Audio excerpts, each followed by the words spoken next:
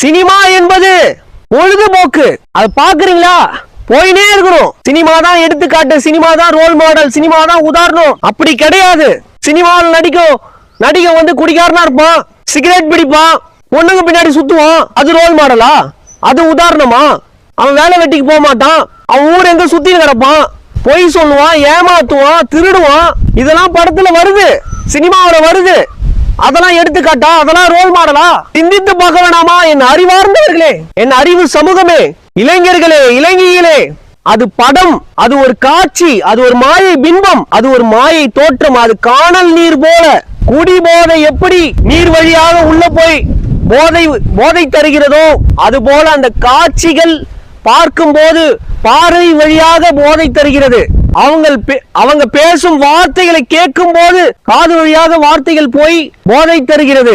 அந்த காட்சிகளை பார்த்து உணர்வு வழியாக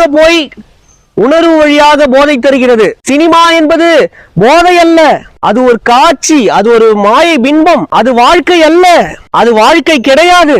வாழ்க்கை என்பது வேற, நிஜ வாழ்க்கை என்பது வேற, முற்றிலும் வேற. அது 10-20 பேர் அடிச்சு ஓட விடுவாங்க, நீ நிஜ வாழ்க்கையில அடிச்சு ஓட விட முடியாது. அதுல படத்துல நடிகை படம் ஃபுல்லா சிகரெட் பிடிப்பான், நீ வாழ்க்கை ஃபுல்லா சிகரெட் பிடிச்சா புற்றுநோய் சாவ. படத்துல நடிகை குடிகாரனா இருப்பான், குடிச்சுனே இருப்பான், நீ நிஜ வாழ்க்கையில குடிச்சுனே இருந்தனா கிட்னி அழுகி போய் சாவ, குடும்பம் நாசமா போகும். அது முன்மாதிரி அல்ல, அது முன் உதாரணம் அல்ல, அது தப்பான உதாரணம், தப்பான எடுத்துக்காட்டு. சினிமா என்பது பாக்குறீங்களா? அது ஒரு பொழுதுபோக்கு, ஒரு என்டர்டைன்மெண்ட், அவ்வளவுதான்.